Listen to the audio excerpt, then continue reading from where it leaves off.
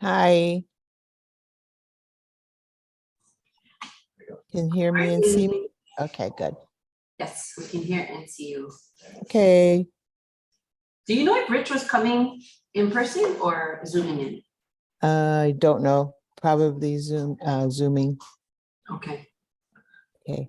The live stream is up, just FYI. Hi. Okay. Can you hear me and see me? Okay, good. Yes, we can hear and see you. Oh, Okay. Do you know? sorry about that. Sorry, we turned off the volume on the live stream. Okay, Lanakila is entering.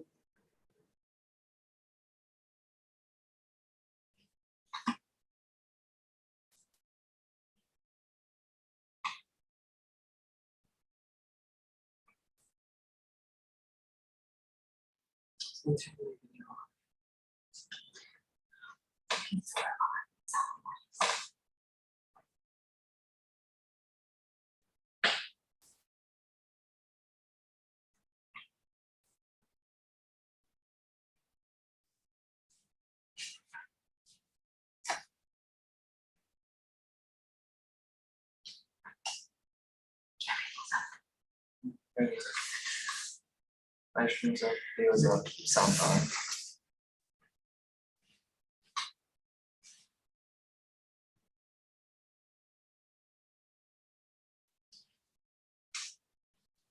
Rich is coming.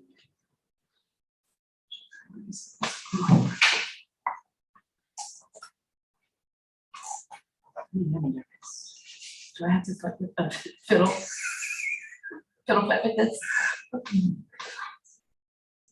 Only maybe for the breakout portion, but most of it is just the mouse.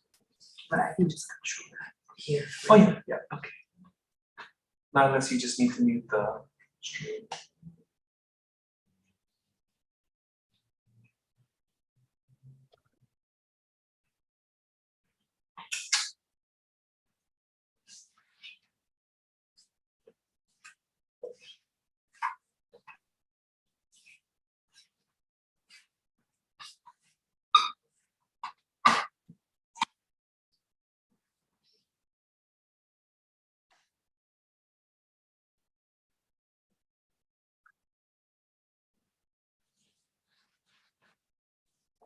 Hey, Lanakila.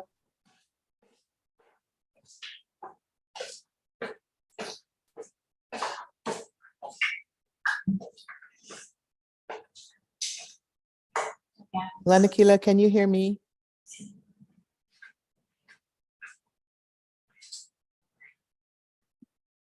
I'll text him.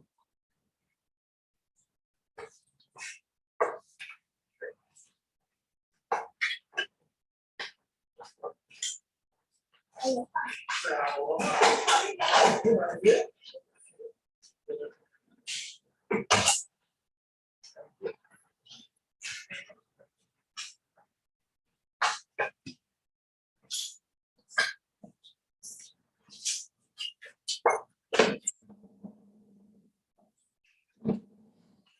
you want to see the piercing close to the?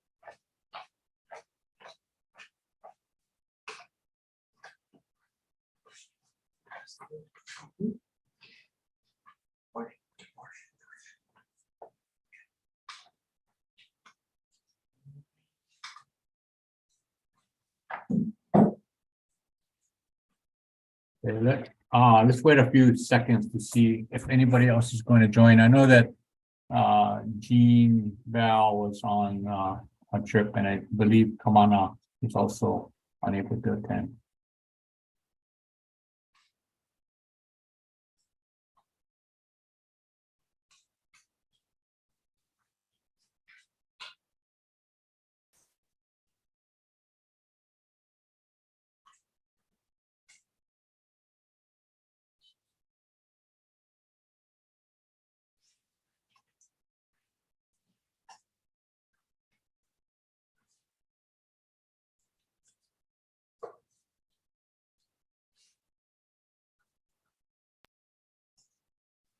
Quick question, John. Where do the public go to be able to access the Zoom and view the Zoom? Aloha, this is Yu from the Dofa Hilo office. They can go to the YouTube live stream, which the link is on the agenda on the Mauna Kea Authority website. Okay, I will pull that up. Thank you. Thank you. Mhm.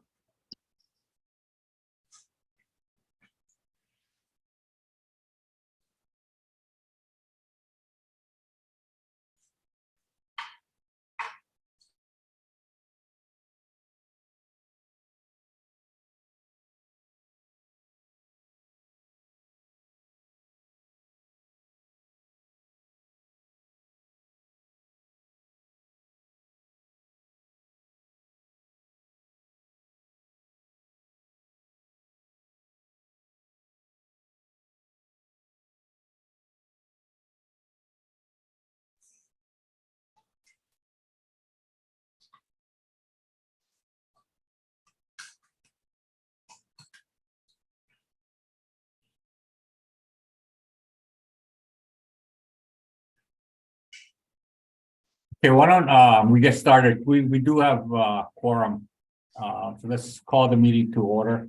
And I would ask at this point for Mauna Kea to if I might to start us with some welcoming or appropriate protocol. Hey, aloha kako. I'm just going to call in all the archetypal images to help inspire us to do this good work ahead of us for the pono of our Hawaii, for the pono of our communities. He puli kako.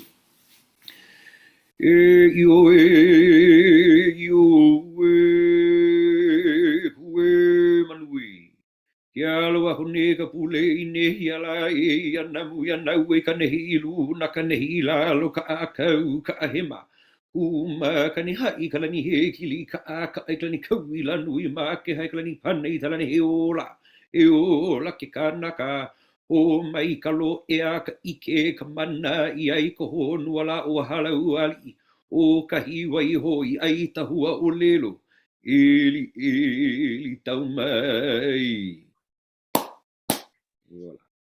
Mahalo.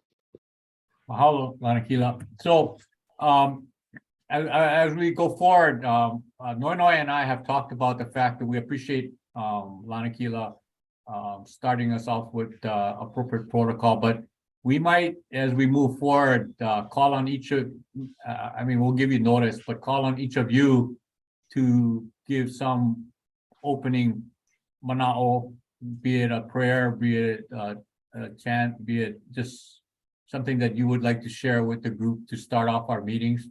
So we think that going forward, we'll just do this on a rotational basis, and we'll let people know far in advance to allow them to think about what they think is most appropriate.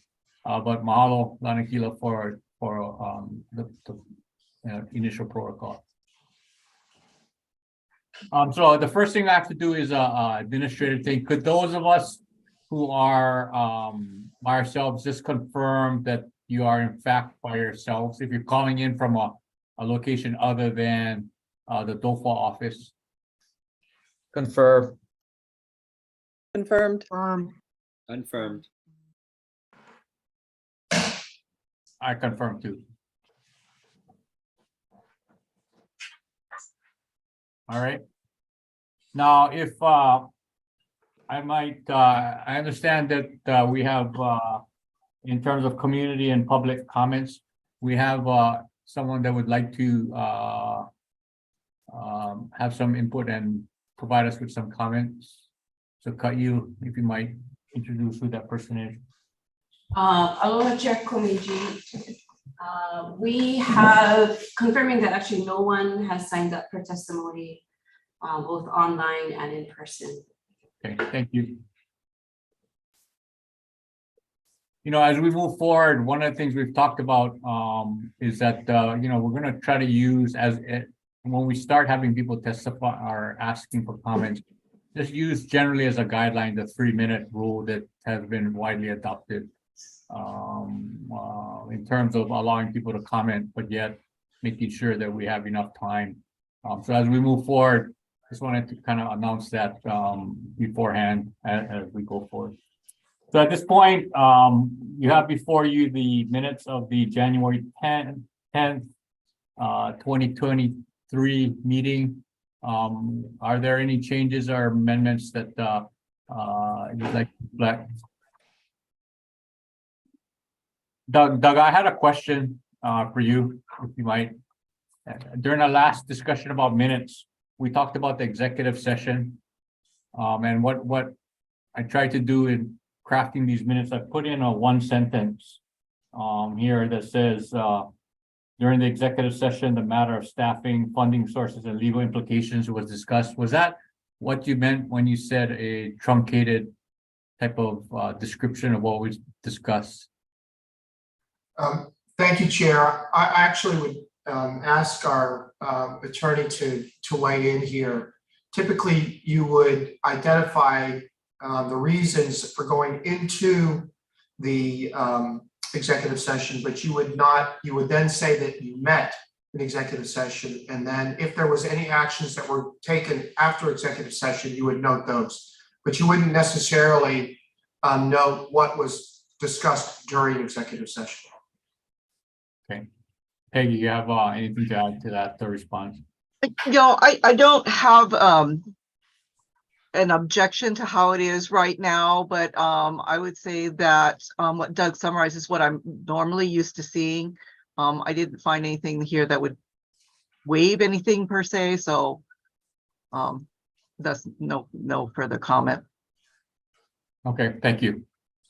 All right, with that, if I could get a motion to approve the minutes of January 10th, 2023. Move. Oh, go ahead. I move Go. that we accept the minutes of January 10. Second, any second? A second. Thank you. Rich. Yep. All in favor? Aye. Any opposed? Aye. Not unanimously, the minutes were approved.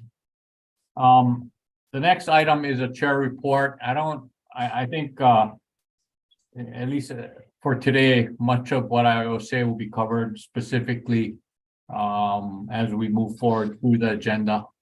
So I may make certain comments or additions just in terms of the matter before us. So nothing really to just discuss at this point. So going to the matter of governance, I wanted to first thank the members of the PIG that have worked really hard to come up with their report, and ask Noi to kind of give us a summary. You have the document which summarizes the recommendations of the PIG. And then after Noi tells you what it says, I'll explain to you what I understand, how we address the recommendations in the PIG. Okay, thank you, Mr. Chair. So you do have, and attached to the public agenda are the reports from the PIG, which include, and this is the Administrative Permitted Interaction Group. So it includes our report, which I'll briefly go over, and then attached is the draft rules. And, you know, I just realized that the word draft is not watermarked on this copy. So that's in error. It should include draft, at least the one that I just printed off of the agenda, the attachment on the agenda. So just want to make sure that we note that, and I will make sure we attach the watermark. No, I know when I click the link, it shows draft. Does that? Okay. Yeah, it's kind of light, but maybe when it prints, it doesn't show up, but in the PDF, it shows up as draft. Okay. Okay. Thank you. Yeah, I just printed it and I'm looking at the print and it doesn't say draft. Okay, so here's our report. We did meet 3 times, December 20, January 26, and January 31st. And the members of the administrative permitted interaction group are Doug Adams, Jean Ball, Kamana Beamer, Rich Matsuda, and myself. The first recommendation we made is that we should, sorry, I have a sick baby here. We should recommend that 5 positions be established, permanent positions, state positions be established through the legislature, and we listed those positions: executive director, project director, finance manager, human resource manager, and secretary. I will just say to everyone that subsequent to our report, we have had, John and I have had conversations with DLNR, and there are some recommendations over titles, but the functions pretty much remain the same. So I'm asking for some flexibility with that when we actually, get down to working to establish those positions.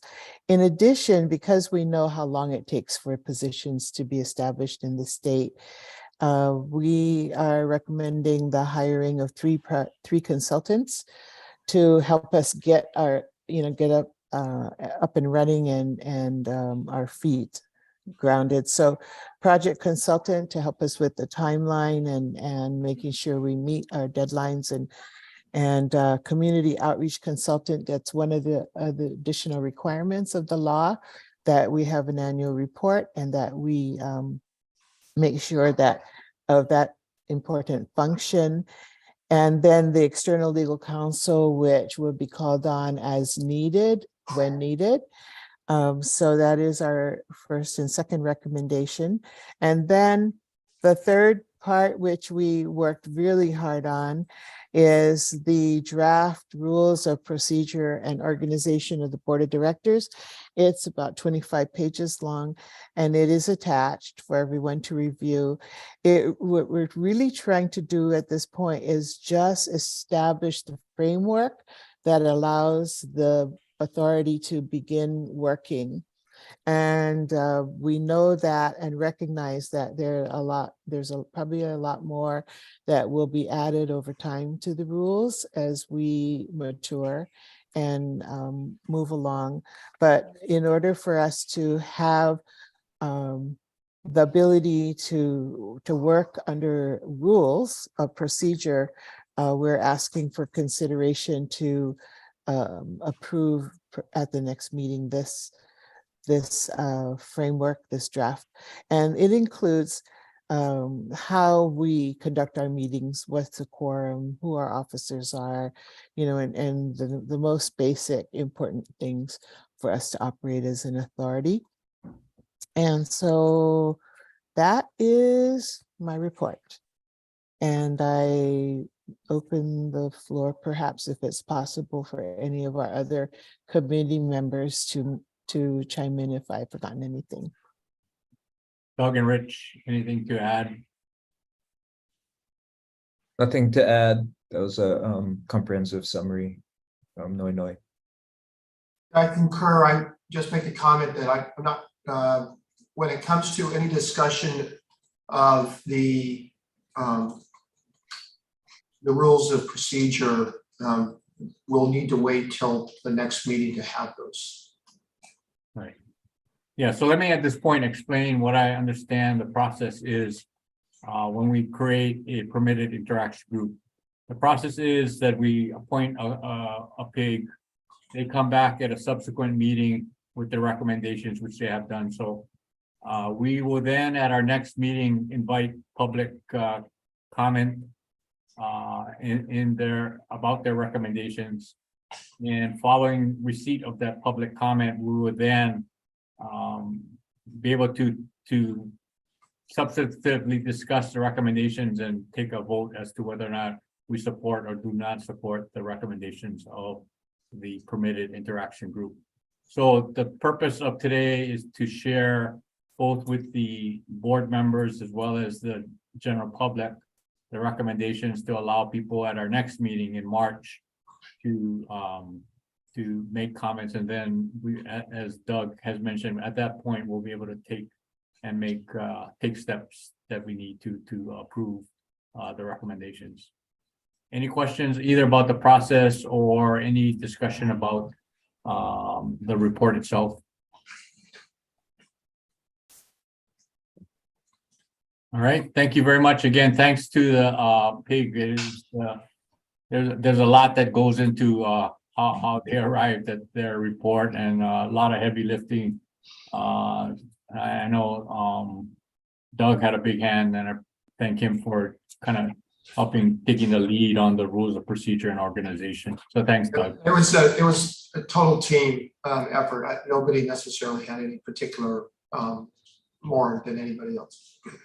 Thank you. Question, Mr. Chair, does the authority have to accept this report by motion, or is it just accepted by you? I think it's just accepted by me. I think the Okay. the actual vote and concurrence has to occur at the next meeting. Okay, thank you. Mahalo, you guys. You guys did a terrific job. Thank you. Yeah, it did. I guess, Chair, if I could just say that we continue to meet. This is, we have more to do, but we wanted to get this onto the docket, basically. So we have more to do. Great. You know, as I've said before, you know, even just standing all of this up is a huge undertaking. So Lanakila, you wanted to say something. You get your hand raised. I don't know. I see one hand raised over here. Oh no, that's my hand. Sorry. Sorry. Okay, so moving to the next item, which is administration, hiring of the executive assistant. I believe that either today or tomorrow we'll be posting the job description and opening up for the public, those that might want to apply for this particular job. I have to, so it's sort of in motion right now, so I'll have to provide all of you with the job description so that all of you can see what it is, but it's sort of very fluid right now. So I don't want to provide you something that's not final, but I'll be providing you something that's final. We'll have to constitute, I think, probably a 3-person hiring panel to interview, review resumes, and then interview potential applicants. So we'll do that at a later meeting. So executive assistant, we're on our way at least to getting at least our first employee. Any questions about that? Why don't you say mahalo to Kayu for helping? Yeah, I was gonna mention them at the end, just so that you know, because of there are some gaps right now in terms of Center for Mauna Kea Stewardship being able to support us. Kayu and Lisa have been volunteered to assist, and they've been doing a lot. There's a lot that's involved in setting up this meeting because it's a hybrid meeting, and some of the requirements of the state. So mahalo to Kayu and Lisa for supporting us. No, you want to talk a little bit about the consultants and why? I know it's in your report, but you want to expand on that a little bit about why you might think that it's, or we think it's important. Right. Okay, mahalo. So as I mentioned a little bit earlier, if you recall, in Act 255, there is a requirement for an annual report specifically about our community outreach. And it was from the working group perspective, always our intent that community be a vital part of the management of Mauna Kea. And so we feel that given the difficulty in getting this authority up and running and the fact that we don't want to wait a whole year before we have personnel on board who can complete this function, we want to hire, and we have the ability, I believe, to hire consultants with the budget that we have right away. So community outreach consultant or, is something that we really recommend hiring for our authority. And that is the entity that will help us do a few things, important things, particularly set up opportunities to go out for all of us to go out into the community to meet with people, to even move our meetings around so that people have easier access to attend in person if they want, as well as on Zoom, making reports, getting information out online. So those kinds of things are key. And then we have an annual report that needs to be done. So that's one function.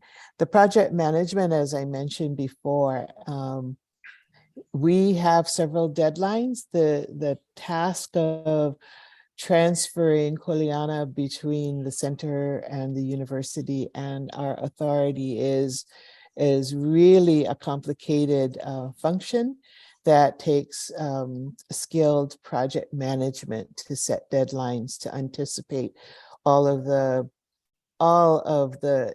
entities, all of the things that have to be done in a timely manner and to set it forth. And again, not a function that I hope eventually will be a staff position, but until such time, if we have the ability to hire a consultant to bring on board right away to get the ball moving, that would be to everyone's advantage. We would like to do that.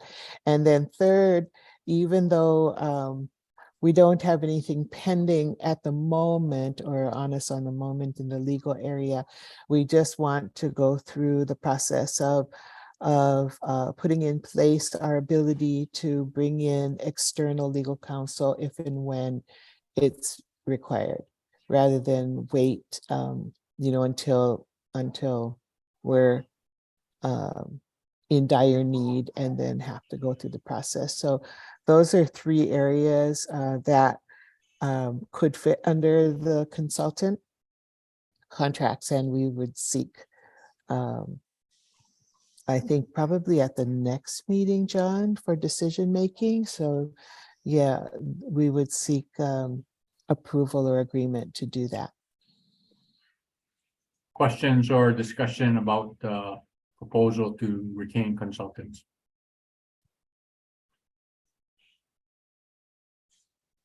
Okay, hearing none. I also wanted to mention that the Speaker Psyche has on his staff a gentleman by the name of Wes Machida. So you'll be hearing more about Wes. But Wes has been assigned to assist us in trying to work our way through the state requirements in standing up a organization such as the authority. Wes is unable to attend. He has a competing board meeting right now, but Wes was the head of the employee retirement system and was also the director of budget and finance. And in the short 2 weeks that he's been assigned to us, he's been extremely helpful in helping us understand the state system and some of the complexities, as well as some of the nuanced type of decisions that have to be made to stand up the authority. So you'll be here. We'll introduce Wes when he's able to attend a further meeting, but you may start hearing Wes's name. He's a KS graduate and also a CPA by training, but very, very helpful and very dedicated to this mission. So I just want to let people know in case you start hearing the name Wes Machida. Getting to the next item, which is finance. We wanted to report that we were asked to testify both before the Senate Ways and Means Committee and the House Finance Committee. And the subject of both of those hearings was a review generally of the DL&R budget. But as we are an affiliated entity with the DL&R budget, we were asked to make comment about our requests for $14 million in the next two fiscal years. And what we tried to explain to the both committees was that that number was taken from a number derived by the working group that sort of eyeballed and at a really high level tried to understand what it currently takes to manage the Mauna, both from the UH standpoint as well as the DL&R standpoint, so that we didn't have any firm numbers, we didn't have any budget, but that we were requesting that in the event that we were able to fully make the transition earlier than the 5 years. And that's a big contingent, right? Whether or not we'll be in a position and be stood up with sufficient organizational structure to allow us to take over. So we explained that to the committee. They were very understanding about that. The chair of the Ways and Means Committee asked that we kind of further, that it's their responsibility to make sure that they submit to the governor fairly detailed and budget that they can justify. So he asked us to come back in March with more detail about what we really anticipate we might be able to spend in the upcoming fiscal year. So we agreed, of course, to do that. That submission would also, I guess, be made to the House Finance Committee. But I guess at this point, kind of segueing to the next item, I wanted to create and appoint another permitted interaction group to research, study, and recommend proposed biennium budget. Because of their involvement and understanding, and they've actually had as part of their work, a presentation on the current budget. I wanted to reappoint 4 of the 5 members of the current PIG, and so I would like to create that PIG and then appoint Noi Noi, Rich, Jean, Doug, and the 5th member would be myself. And I would be replacing Kamana Beamer.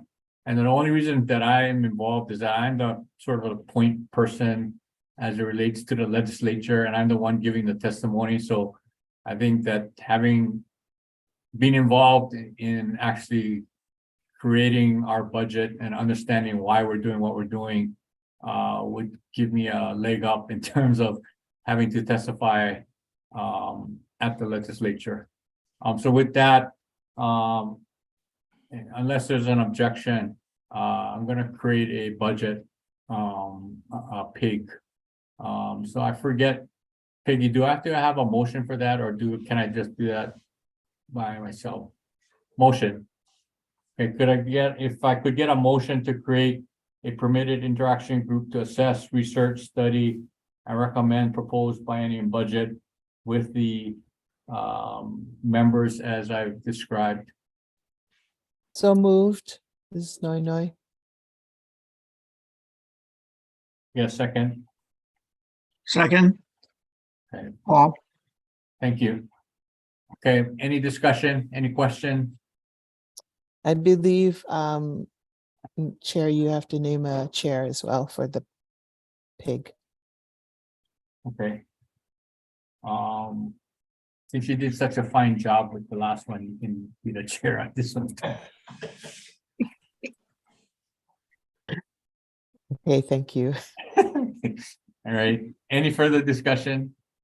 If not, all those in favor? Any opposed? Aye. Okay, so thank you. And so we've created a PIG. So let me just say that our intention or our hope is to involve everybody in a committee soon.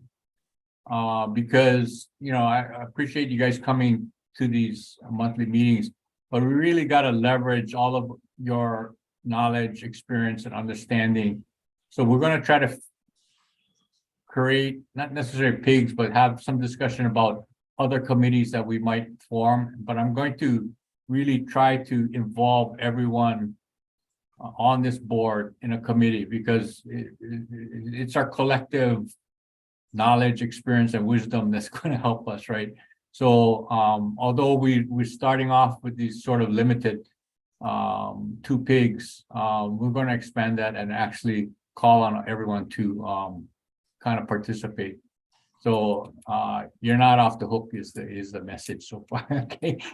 So thank you to those that served on the first pig, and thank you for serving on the second pig. But like I said, I want to get as many people involved as possible. With that, operational update report on proposed legislation. I'm aware of 3 bills that impact us either directly or indirectly.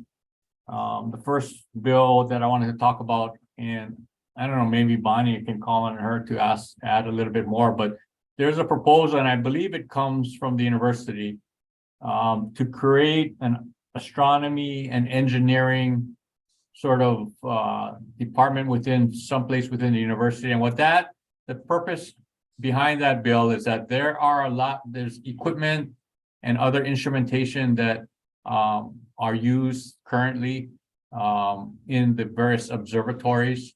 And the idea would be, why don't, and these instrumentations and other equipment are actually designed and manufactured elsewhere. So the idea is, why not, if we have this, why don't we create a knowledge base and allow our local engineers and others to help design and be involved in the design of some of this instrumentation.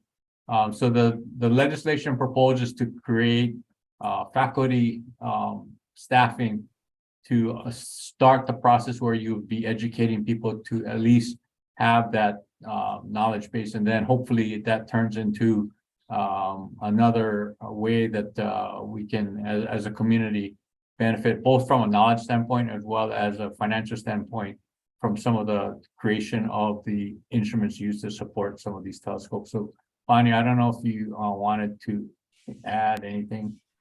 Sure. This is a conversation that has taken place among our Vice President for Research and Innovation, Vasilis Sirmos, Doug Simons from IFA, Brendan Morioka from the College of Engineering at Manoa, and me. And the idea of this would be to, have this capacity here on island to do some of the instrumentation, optics, things that the observatories need and are currently outsourcing. But an important piece of this, and the reason that I am at the table, is it also includes hiring 10 faculty lines. And some of these faculty would be based here in Hilo. And while they would be Manoa faculty and research faculty primarily, they should have capacity to teach here at UH Hilo.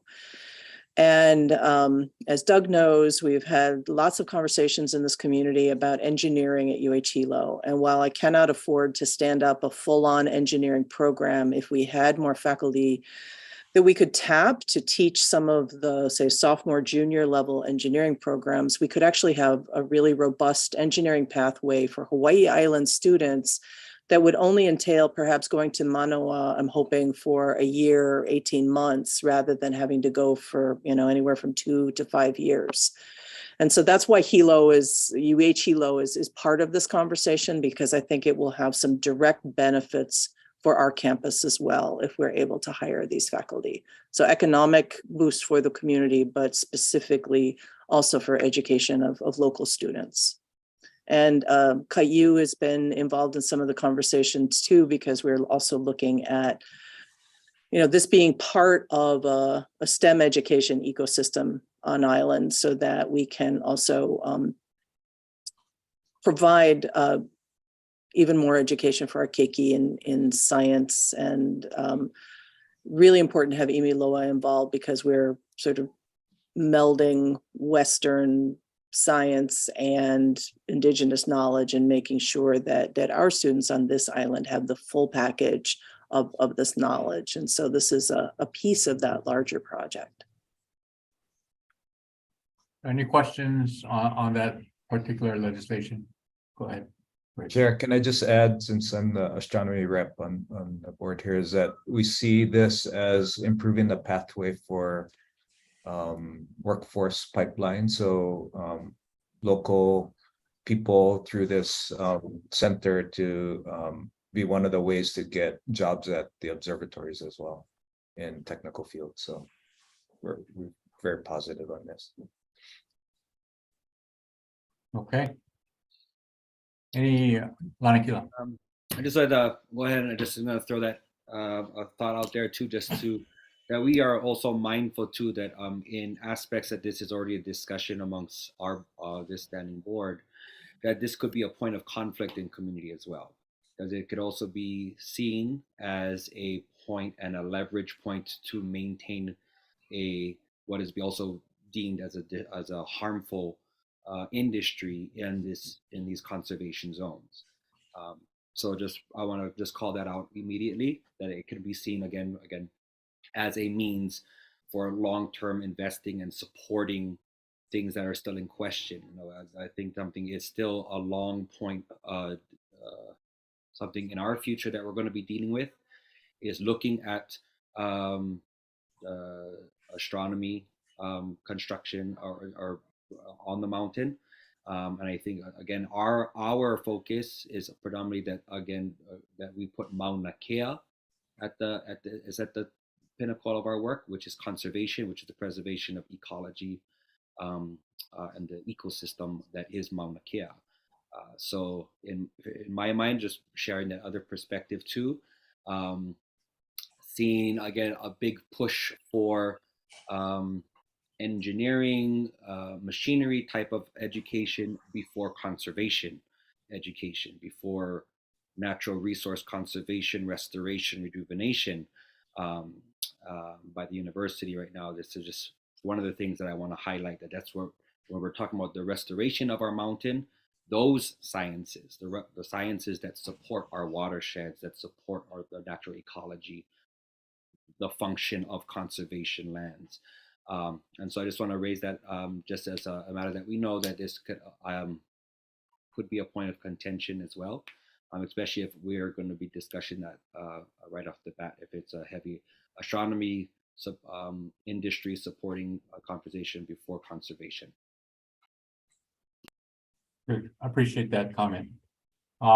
Yeah, so for those that support and want to raise that, the initial area would be because it's a legislative measure, would be at the legislature, and I believe it hasn't been set for hearing yet. Bonnie, do you know? Hearing is today. Okay, sorry. Yeah, so we submitted testimony Tuesday or Wednesday. And I would, reassure Mauna Kea that at least at UH Hilo, we do have a lot of educational programs that deal with conservation issues, particularly TCBES, biology, marine science, all of those. So we won't be neglecting that side of the house. I just want to make sure that, but that is something that we have a lot of faculty in now. We can always be better, but we've got it.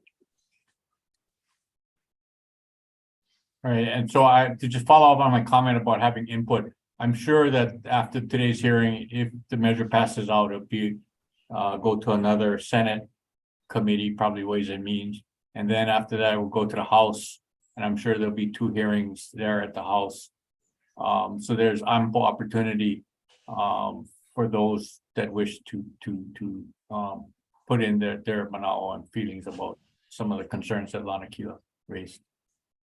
Can I just ask what that bill number is again? Yeah, 1510 1510 Okay. And that was a House bill? Senate bill. Senate bill. Yeah. Senate, yeah.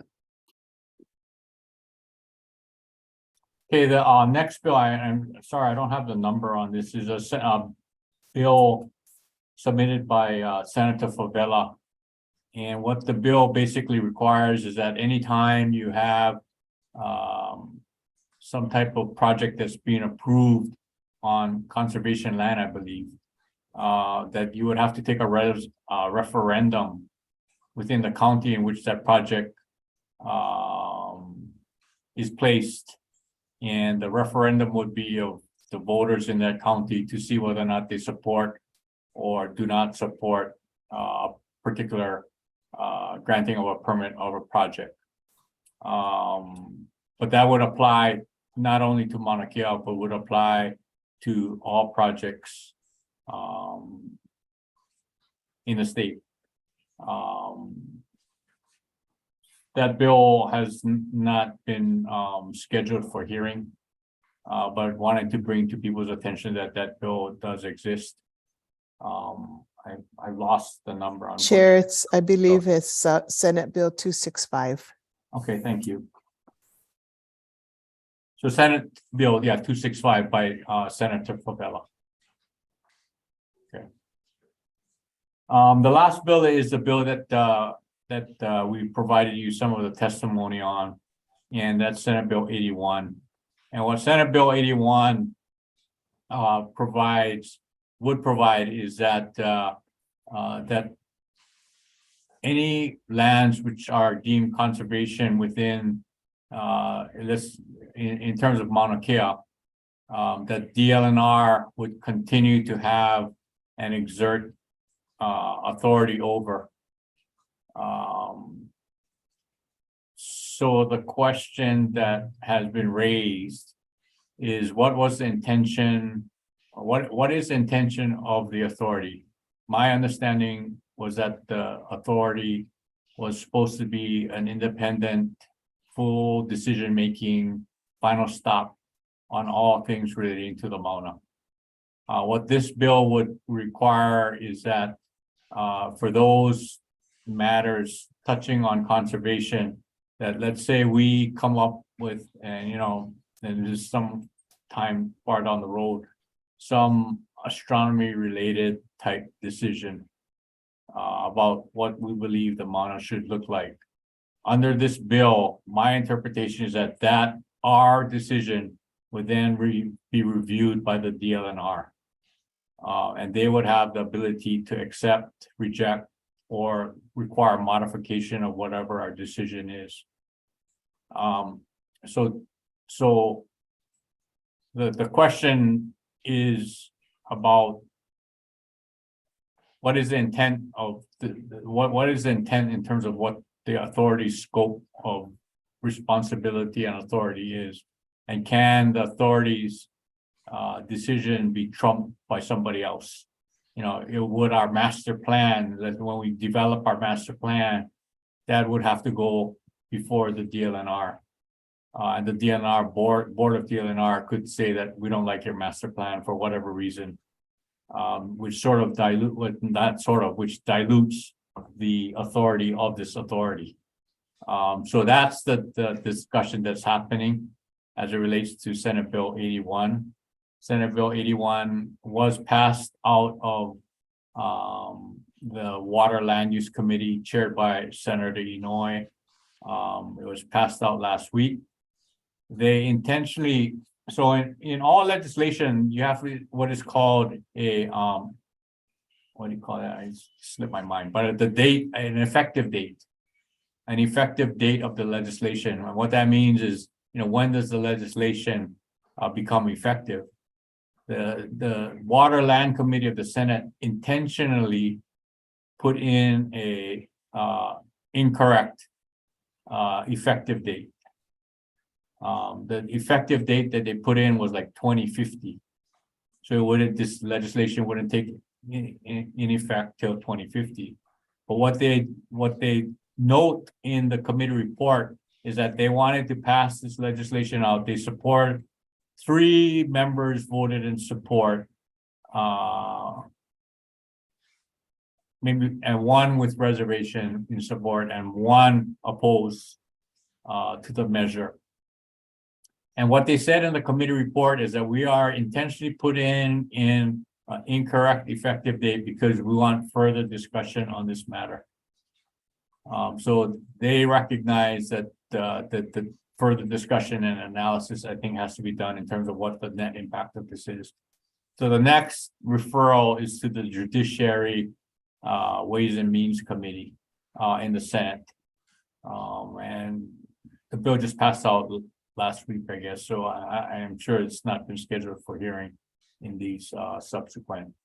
So we're going to have to figure out, we took the position that, hey, wait, everybody take a pause and let's see how all of this, all of these,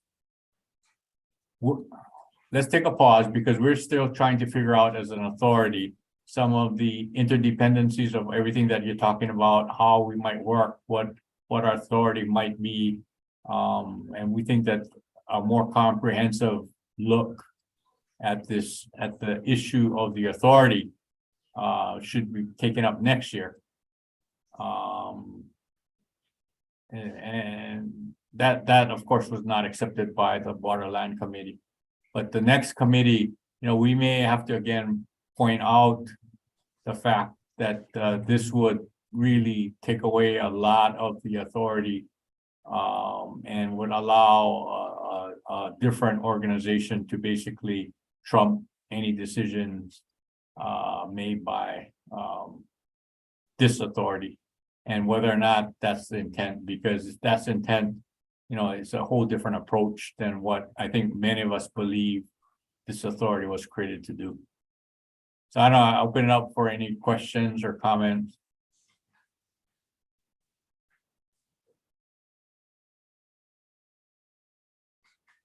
Just quick questions. Who introduced this bill? Do you know? Yeah, Senator Inouye. Oh, so she introduced and authored this bill. Yeah, and it went to her committee. She's the chair of the Waterland Committee in the Senate. And she's the one that passed it. Interest? No, that happens all the time. I have a comment, Chair. Yeah. Yeah, I believe that at this point, we are so new in our organization that we should continue with that position of as our official position that we just request that the legislature hold off on making any changes until we've had a chance as an authority board to really develop our process of working together, and then have a chance to take a look at our legislation and understand all the nuances of it. And then we can go back next year if there are any other changes that we feel are important to the proper functioning of the authority. Thank you. Other comments?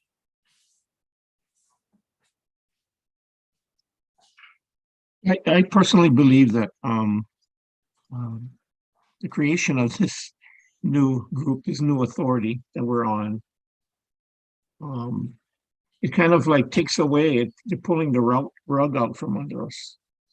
We don't want to be second guessed every time we make a decision regarding water, land, conservation, and all of that. So, I mean, to me, it's having that set up that way is a little disappointing.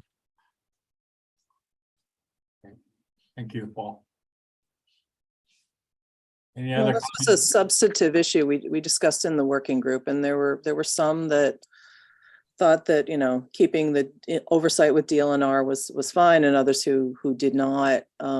It's tricky. I guess one of the things that I was a little uncomfortable with was, because we haven't been confirmed as a board, the fact that we're weighing in is also awkward, because we have not had opportunity until right now to even discuss this particular issue.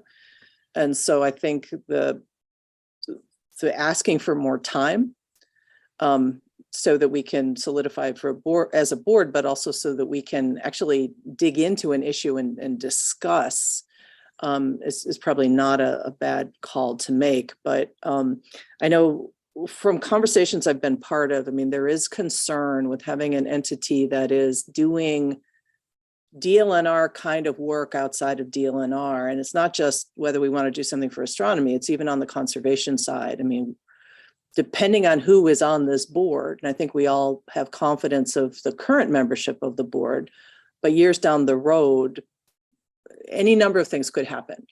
And so I think the scoping conversation about us versus DLNR is a really important one to devote serious time to. And we simply have not had that opportunity. Thanks, Bonnie. Yeah, so that's basically, as you saw our testimony, it says, hey, everybody take a pause and give us time to have that conversation and in depth. And as you might recollect, the original legislation, Act 255, actually said that they understood that the legislation and the framework would have to be amended, and that things would have to be added, subtracted, what have you. So there was a recognition, even when they created the authority, that changes would have to be made. But I think the point is that we have to have thoughtful change, right, in terms of how does this operate as we move forward in the future.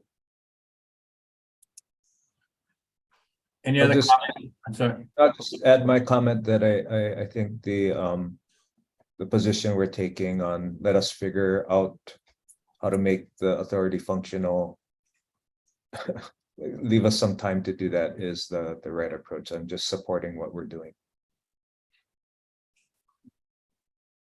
Okay. One last comment. As personally as I get more involved in trying to understand the organization, the interdependencies between a lot of different things makes this really complex. Really complex, and that we'll have to kind of figure out a time to have the rest of the board members educated on this. But to give an example, there's a tie between let's say that it's there's a tie between the leases and revenue coming in and what the lease money can be used for. So it's when you pull one string, a lot of other things happen, and that's part of what we have to understand, what the interdependencies are when we make a particular or propose a particular change. I'm telling you, so far, my experience is that it's really, really complicated.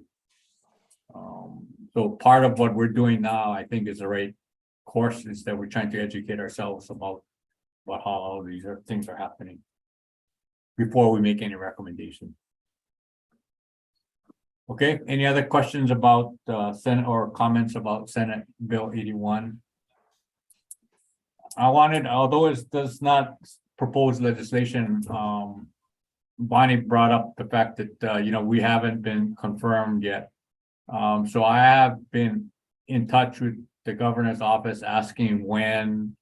It looks like at this point the Governor Green will be sending down some kind of communication about his nominees to the board. Everything that I've heard would tend to believe that our current board would get renominated, but I'm not positive of that. But I've been sort of advocating that this process start as soon as possible for us, whereby it would be triggered by the governor sending a communication down to the Senate, nominating whoever he deems is appropriate. But I've been urging that process start as quickly as possible. But I know that there are a lot of other things on their plate, so I'm not sure how it's going to happen. But I just wanted to keep you informed that this idea of being renominated and then having a confirmation hearing is still something that we're working on too. Okay. Next subject, I'm going to ask Greg to give us an update regarding the UH-88 observatory incident.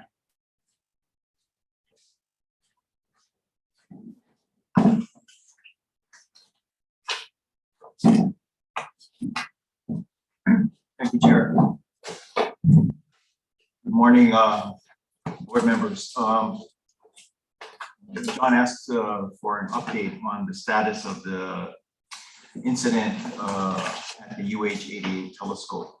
So just to kind of recap, the Institute for Astronomy operates and maintains what's called the UH-88 telescope at the summit. On January 10th, they discovered a system leak in their chilling system. This is the system that cools the walls and the floors of the observatory to ensure proper viewing conditions for the telescope. The system has been turned off and it remains off, and it is being inspected daily to ensure at least where there is visible parts of the system that are visible, that there is no leaks. There were 2 leaks found, one at the pump that circulates the fluid through the system, and the second leak was found at the tank that holds the fluid. The fluid is ethylene glycol, or at least that is what we believe it is. That we are actually working with the Department of Health to ensure all of the requirements that they have are being fulfilled. Samples of the fluid have been sent to both the Department of Health, who will do their own analysis, as well as we had to send a separate set of samples to an EPA certified lab. There's none of those in Hawaii. So we had this, that took a little bit of time to find one. So those samples have been sent to California for that analysis. We are awaiting confirmation that it is in fact ethylene glycol, and as well as the concentration. We believe it's a 30 to 70% concentration, 30% ethylene glycol, 70% water. It's very similar to the fluid that is in your cooling system in your car.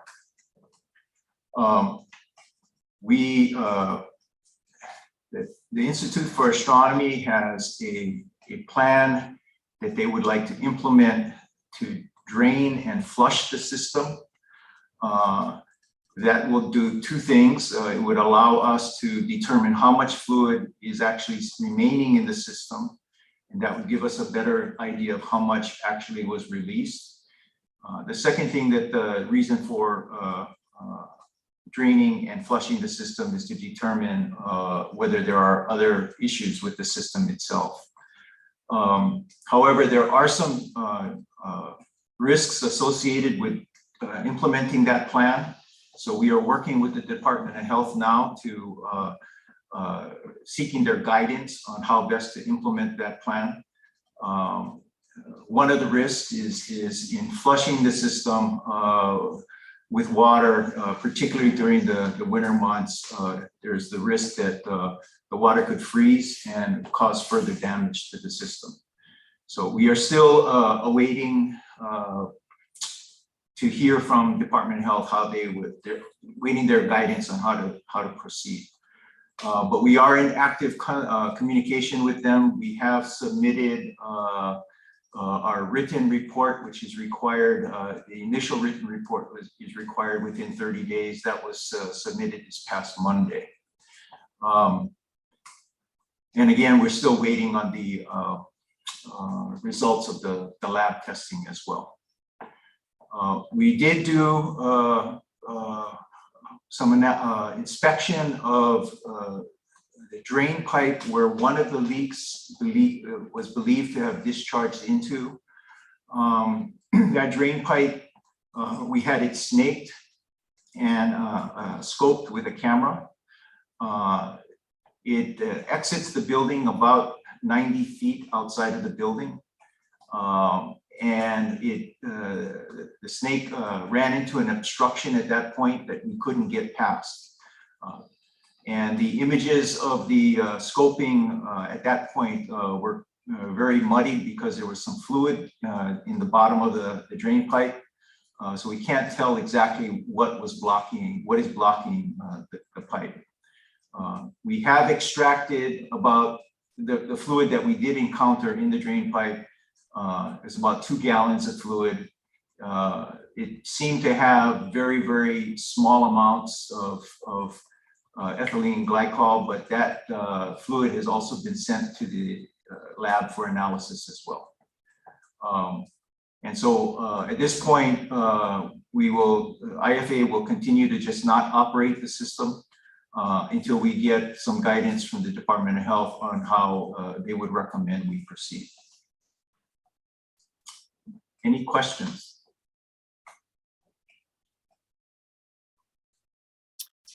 Aloha. Just so when you guys snake the drain and it hit the blockage, so at this point right now at the exiting point, it's unconfirmed or confirmed that none actually released into the land?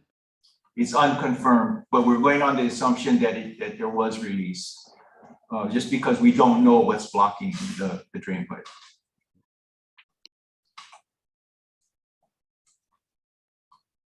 Okay. Any other questions? I do, Greg or Chair, can I ask the question, is there going to be any more information made available to the public? Because I haven't seen anything other than that initial report. Yes, we actually have a working group that is, our next meeting is next Tuesday. We wanted to provide more affirmative information with our next information release or public statement. And right now we don't really technically know more than we did previously. But I think it's time to at least give people an update of where we are in the process. I know the Department of Health wants to actually come up and inspect the site as well. Hey, Greg, as a result of that, the issue that took place at the UH-88 telescope, what about the rest of the facilities? Have the other facilities been inspected? The other all facilities have a spill response plan and mitigation measures plan. So we're asking people to update their take a look at their plans. We actually are working with the Department of Health now to bring Department of Health over to do some training for all of the observatories on reporting requirements, as well as, or at least the observatories that have a similar system on reporting requirements, as well as some of the things that they need to have included in their spill response plans. So does every separate facility have a different group of maintenance personnel being Correct. managed by, I mean, each facility is managed separately That's correct. from all the other facilities? Yeah, and everybody's system is a little bit different.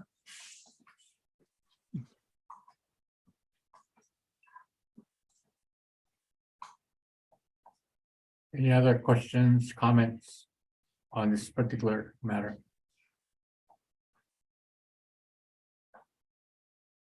Okay, mahalo, Greg, for the update. Sure, anytime. The next item of business is we told you about American Astronomical Society panel presentation. So I'm going to ask Rich to give you a report about that particular presentation. Okay, yeah, so just following up on the announcement I made at the November meeting, which was that the three of us, Chair Komeji, Dr. Wang Wilson, myself, were invited to share information about the authority at the Winter American Astronomical Society conference, which was held in Seattle in January. And just for background, the AAS, we call it American Astronomical Society, is the professional society for astronomers in the US. The winter conference is the main gathering of that body of people, and there were approximately, I didn't see an official count, but estimate 2,500 or so astronomers and astronomy students in attendance and more online. So the three of us We're invited to participate in a panel presentation. It was titled, let's see here, a panel discussion with members of the Mauna Kea Stewardship and Oversight Authority.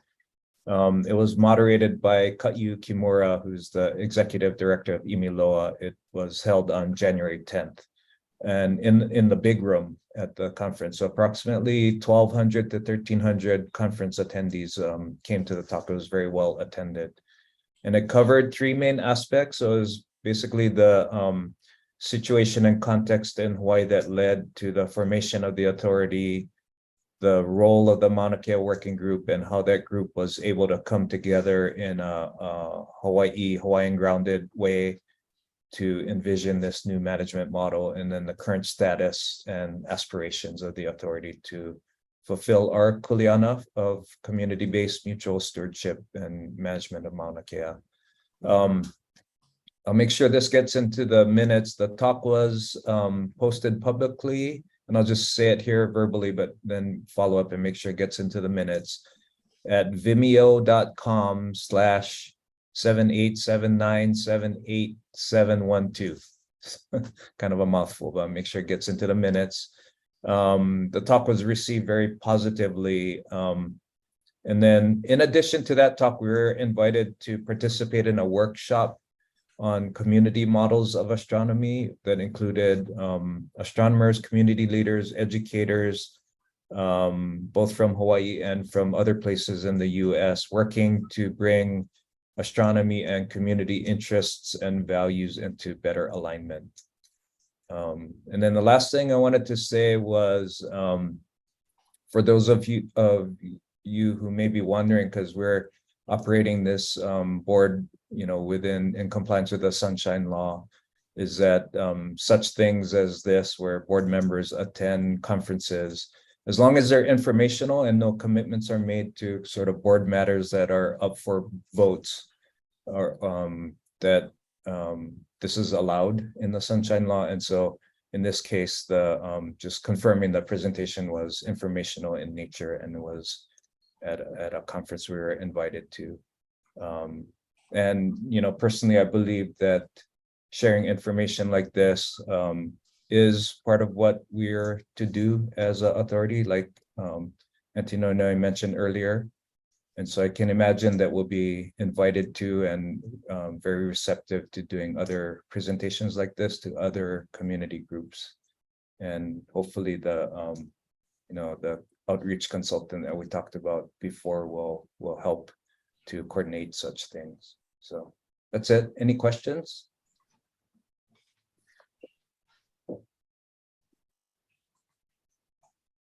Thanks, Rich. Like Rich said, I think that one of our duties is to educate people and kind of inform people and be transparent about what we're doing. And this was one avenue for us to do that. I would really hope that we could expand that within our local communities. And we're willing to share as much as we can with others. So if somebody's watching this and wants us to do a similar presentation, we'd be very happy to do so.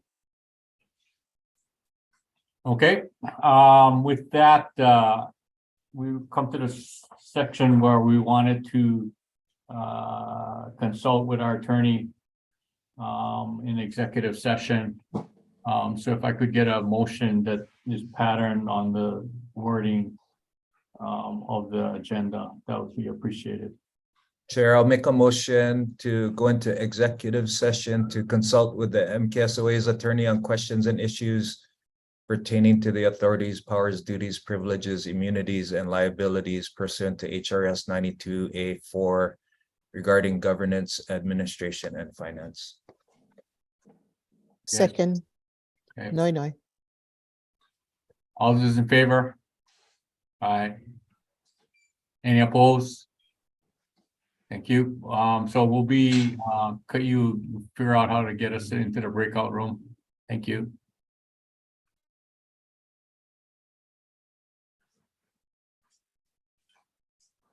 I need to do that on computer. One, two, right. Okay. Do I have to put myself in?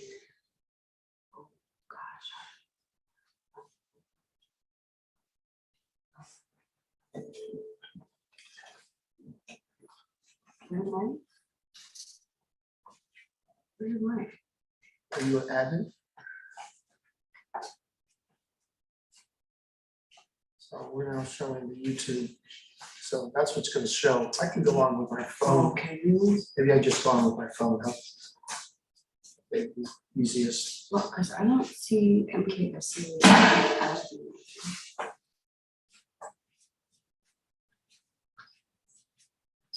I guess I cannot. That's okay. I'm just gonna go in.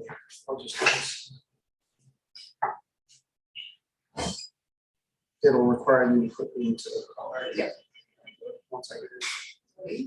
There you go. Let me put the, wait, hold on.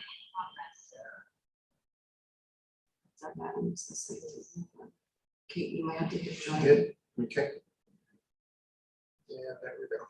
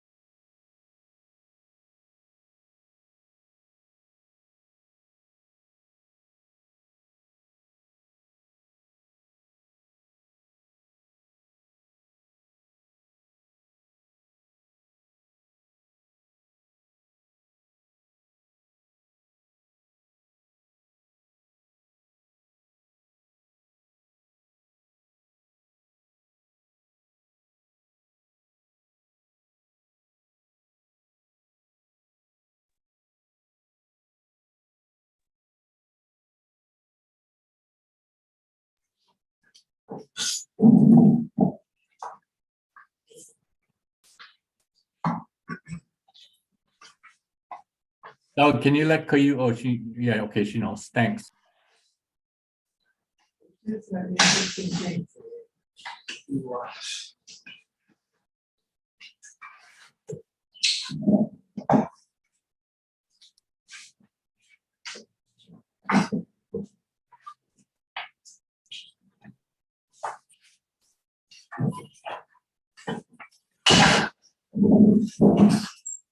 But on the whole, I love it.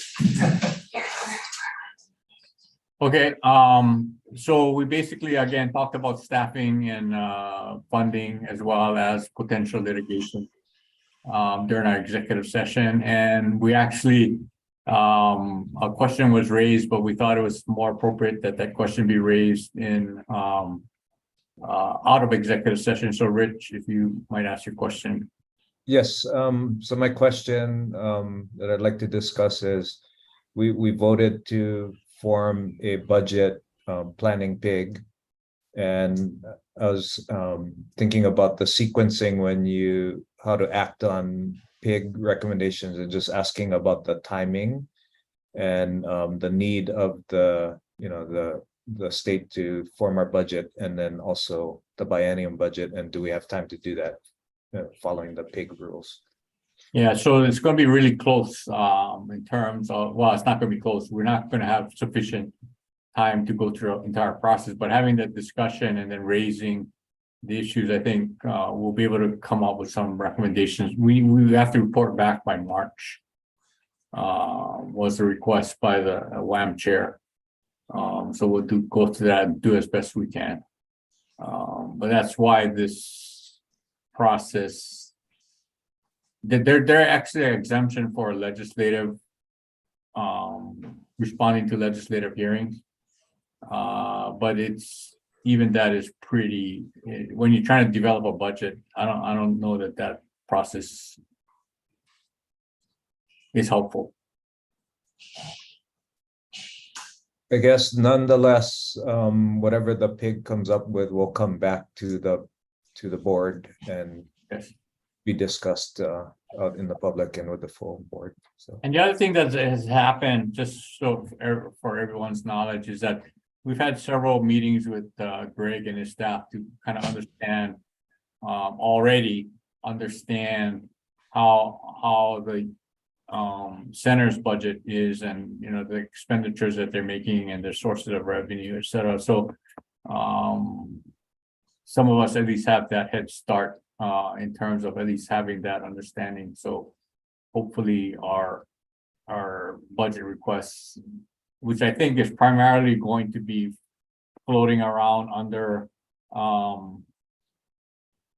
the pig report previously, in terms of the 5 staff people that we're requiring or requesting, centering around the cost of the 3 consultants.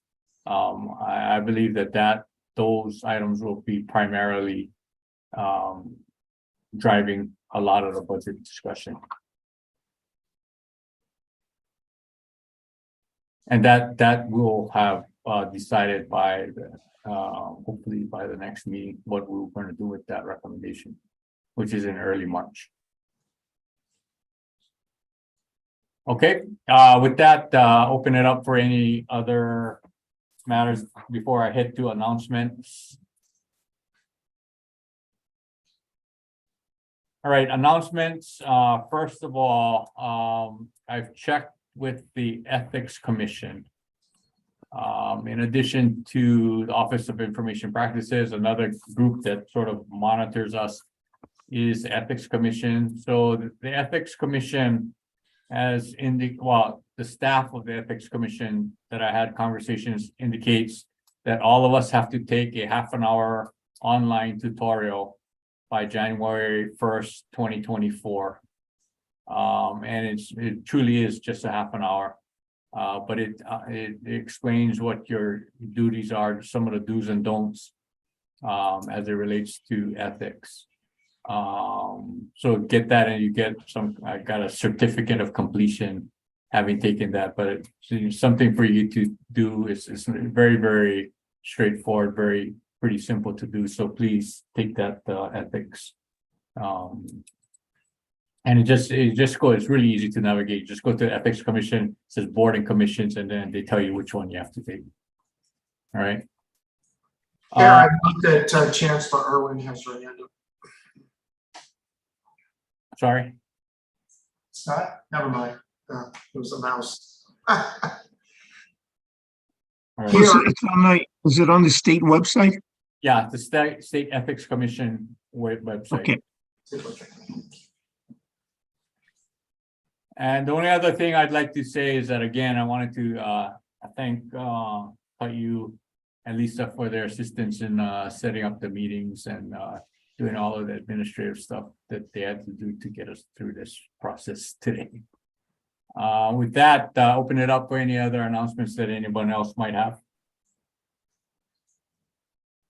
Just add my thanks to Caillou and Lisa. Thank you.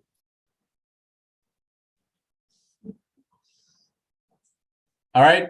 Thank you, everybody. We look forward to seeing everybody on March 9th, 10 o'clock. Ahui ho. Ahoy. We hope. Aloha.